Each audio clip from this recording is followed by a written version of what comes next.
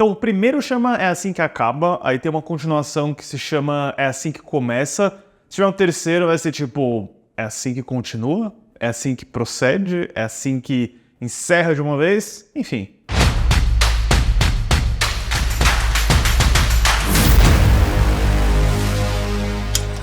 Olá, fãs da sétima arte, meu nome é Lucas Nascimento e esse é o Lucas Filmes, e hoje eu tô aqui pra falar sobre É Assim Que Acaba, novo filme dirigido pelo Justin Baldoni que tá em cartaz aí nos cinemas. Mas antes eu pedi pra você curtir esse vídeo, se inscrever no canal e ativar o sininho pra não perder notificação dos próximos vídeos. Olha, quando se diz respeito a cinema e lançamentos, eu me considero uma pessoa muito bem informada, mas de vez em quando tem aqueles filmes que acabam voando abaixo do radar e que você nem imagina que irão sair. E pra mim, né, se estendendo não só no cinema, mas também na literatura popular, é o caso do É Assim Que Acaba, que é um novo filme da Sony Pictures baseado num best-seller extremamente popular da Colleen Hoover, um livro lançado em 2016, mas que ganhou muita fama no TikTok nos últimos anos, né? Eu não entendo como que isso funciona, mas existe um termo que eu acho que é BookTok, alguma coisa assim, onde algumas obras ficam extremamente populares naquela rede social, e foi o caso do É Assim Que Acaba, né? Tanto que é um livro de 2016,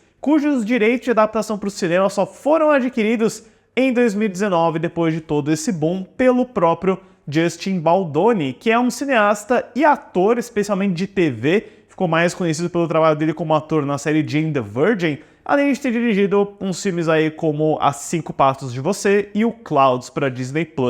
Ele consegue os direitos através da produtora dele, a Wayfair Studios, e um pouco depois, lá pós-pandemia em 2023, a Blake Lively assina para protagonizar esse filme e também atuar como produtora, né? Eu percebo que a Blake Lively tem um olhar até que certeiro para encontrar adaptações de livro que são boas para o perfil dela. Ela não costuma trabalhar tanto nos cinemas, lançar filme todo ano, mas quando ela lança algum, costuma ser um filme que se paga, que tem lá o seu certo impacto cultural, e a gente viu, né, no final de semana de bilheteria dessa semana, que esse daqui talvez tenha sido a melhor escolha da carreira dela até agora. Então, temos uma produção aí que começa em 2023, lançamento em 2024, um orçamento de 25 milhões, que não foi sem sua parcela de controvérsias, pelo que eu andei vendo por aí, porque em algum ponto, né, o Justin Baldoni, ele é ator do filme e também diretor. Houve alguns embates criativos dele com a Blake Lively, principalmente no processo de pós-produção. Parece que teve 2 cortes do filme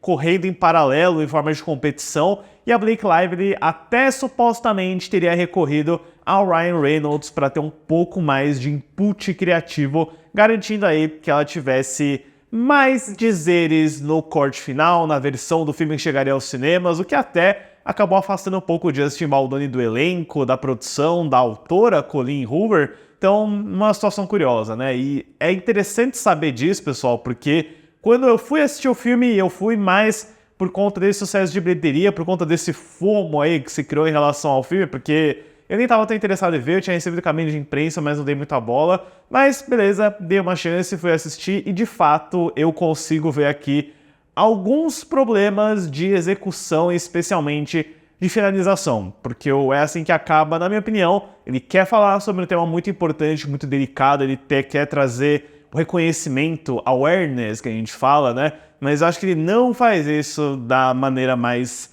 apropriada que ele poderia fazer. A história do filme segue Lily Bloom, vivida por Blake Lively. Enquanto abre sua floricultura na cidade de Boston, ela conhece o carismático Ryle, vivido por Justin Baldoni. Enquanto um romance de natureza tóxica se forma entre os dois, ela se reconecta com um antigo amigo de infância, Atlas, vivido por Brandon Sklenar. É engraçado, né, quando eu comecei a assistir esse filme e eu fui me lembrando desses fenômenos best-sellers que normalmente são voltados para o público feminino e que acabam se tornando grandes sucessos no cinema também, né? Este vai pro Crepúsculo, pro 50 Tons de Cinza, aquele After eu acho que é um sucesso também, né? Teve 1 zilhão de filmes, eu não sei qual é qual, mas todos eles começam, né, a partir de uma protagonista com alguns problemas, algum tipo de questão social que se apaixona por um cara misterioso e que tem uma natureza muito tóxica por trás. Isso acontece em todos eles, mas eu sinto que acho que o diferencial do É Assim Que Acaba, além de,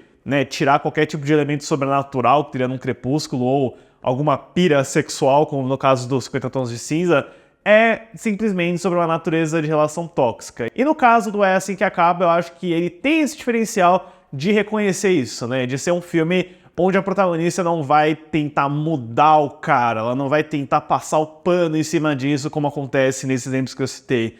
Então, isso é curioso, né? Você começa a entender os mesmos tropes de história, de narrativa, é quase como se essas obras inteiras conversassem entre si, no caso que o Itatons conversa mesmo, porque era uma fanfic de Crepúsculo, né? Eu nunca me canso de lembrar disso. Então, eu acho que o É Assim Que Acaba tem uma proposta nobre, né? Porque ele quer discutir esse tema, ele quer falar sobre abuso doméstico, ele quer falar sobre a relação onde uma pessoa tá presa e acha que tá tudo bem, fica tentando se convencer de que as coisas estão certas. Então isso é muito válido, isso é muito interessante, mas ao mesmo tempo eu sinto que... Eu não sei se é um problema do livro, se é um problema do roteiro da Christy Hall, da adaptação em si. É uma história que, apesar de ter 2 horas e 10 de duração, vai se deslocando de uma forma meio abrupta, onde a sequência de eventos não faz tanto sentido, onde você vê uma situação acontecendo que poderia ser simples, mas aí já se passaram 8 meses, já se passou quase 1 ano e ainda tá na mesma página como se fosse uma cena atrás, né? Tipo, tem um exemplo aqui tão besta que eu preciso usar pra ilustrar, né? Mas, obviamente, começa a se criar uma tensão entre o Ryle e o Atlas por conta do passado que ele e a Lily Bloom têm, né? Eles eram namorados na infância, na adolescência.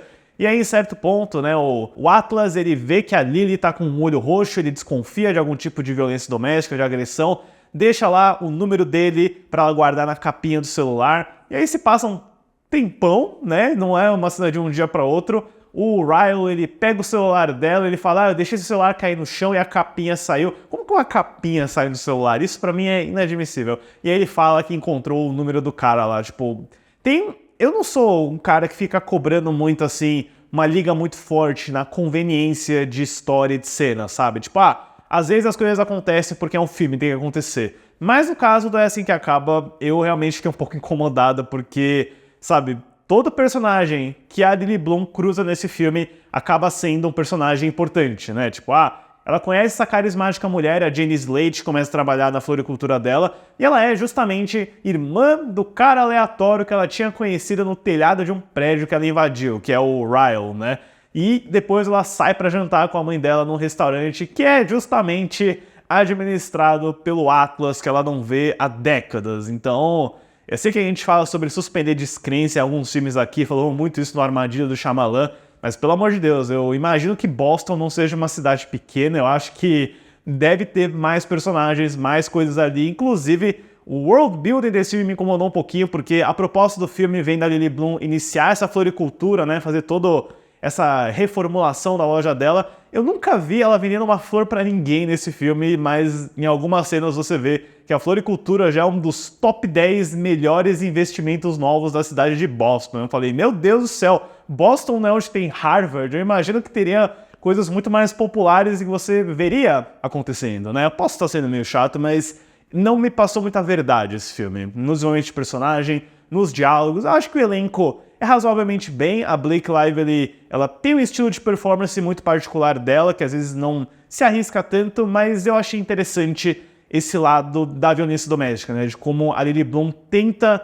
ficar em negação por boa parte do filme, e eu sinto que o momento da catarse, que é quando ela de fato percebe tudo isso, ela percebe que ela tem que fazer algo diferente, aí eu achei que estava mais interessante, estava mais complexo. O Justin Baldoni, ele é um ator ok, eu nunca tinha visto ele, pra ser sincero. Ele traz uma presença que ao mesmo tempo é charmosa e ameaçadora, mas alguns dos diálogos não ajudam muito pra mim não, sabe? Tem uma energia meio abrupta neles, que às vezes não tem muita coerência na construção de química que eu sinto que os personagens deveriam ter, apesar de eu achar que ele é um diretor esforçado. Eu acho que ele não é nada brilhante, mas tem alguns momentos aqui em que você vê que ele aposta nos planos mais longos, uma mise-en-scène um pouquinho mais caprichada, apesar de ter uma cena de briga num restaurante que começa de uma forma tão pífia, tão ridícula, pra ser sincero, mas você vê um desenvolvimento legal do trabalho de câmera que ele tenta fazer. Já o Brandon Sklenar, ele é um cara que eu não conhecia, ele é carismático, ele faz o bom moço da vez aí, mas eu sinto que quem acaba roubando mais cenas é a Jane Slate. A Jane Slate, ela é uma ótima atriz e é quando ela tem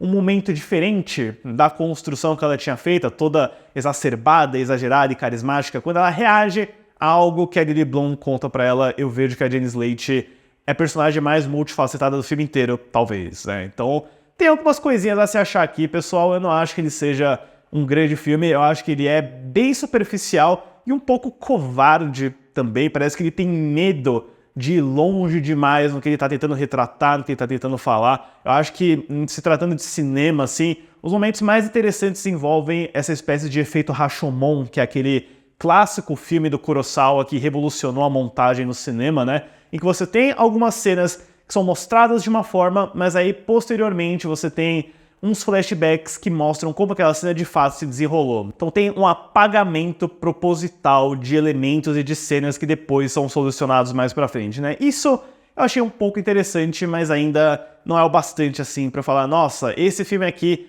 tem um retrato que vale a pena ser conferido, que vale a pena ser discutido. Eu acho que ele é uma boa porta de entrada pra olhar pra esse tema que é tão importante, mas na minha opinião, eu acho que ele é meio raso, não vai tão longe quanto ele poderia. Pra É Assim Que Acaba, eu dou uma nota 5. Deixem nos comentários depois o que vocês acharam sobre É Assim Que Acaba, se vocês leram o livro, né? Tá sendo um grande sucesso aí no Brasil, parece que ele estreou em primeiro lugar, desbancando o Deadpool Wolverine aqui no país. Então comentem aí a sua opinião. Certo, pessoal? Obrigado pela visita e até a próxima sessão.